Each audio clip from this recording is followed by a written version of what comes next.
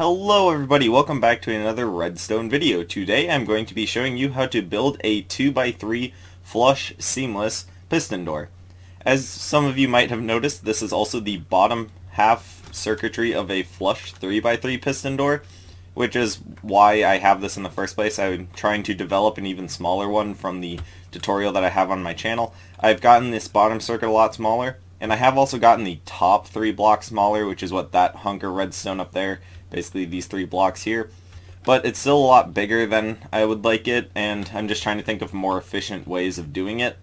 So if you want to try to do these top 3 blocks, go right ahead.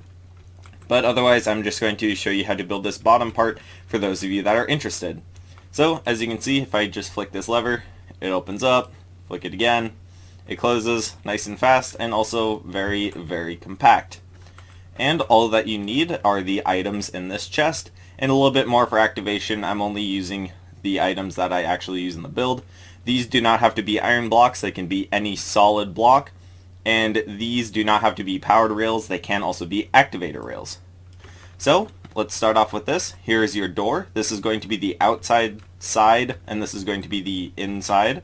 So from the outside, go right 1, 2, 3, 4, 5 blocks down and over 1. This here is going to be your starting block. And from here, you're going to go down and over 3 blocks with your rails on top, observers facing up into them. I also have a texture pack on that shows red arrows pointing towards the direction of the dot, so if you ever get confused on observer placement, that is there to help you. And then on top of these observers, place blocks, and then on the side here, place 6 sticky pistons all facing upwards. Next, place an observer facing upwards like so, with a repeater on top.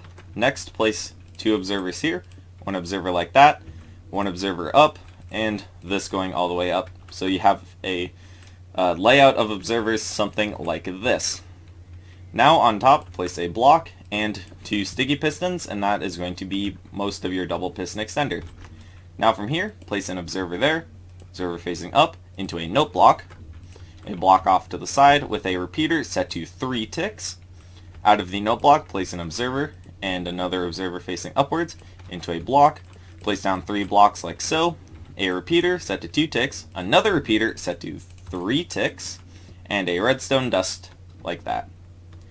Now, off of this observer here, place an observer into a note block with 2 observers facing up into a block and a sticky piston like so.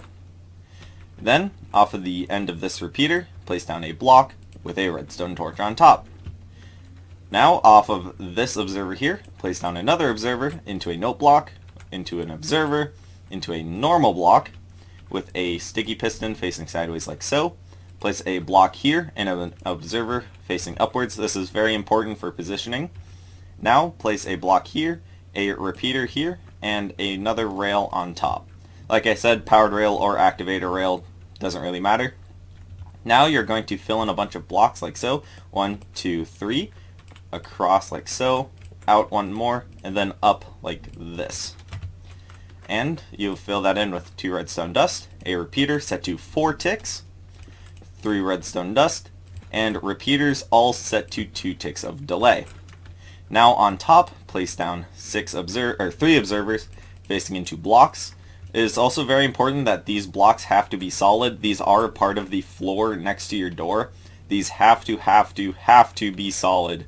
They cannot be any slabs or stairs or glass, glowstone, whatever. They have to be solid blocks. Very important.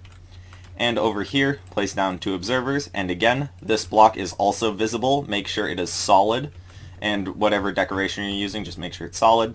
And a sticky piston there facing inwards. And you should have 1 observer left over, which is going to go like this for activation.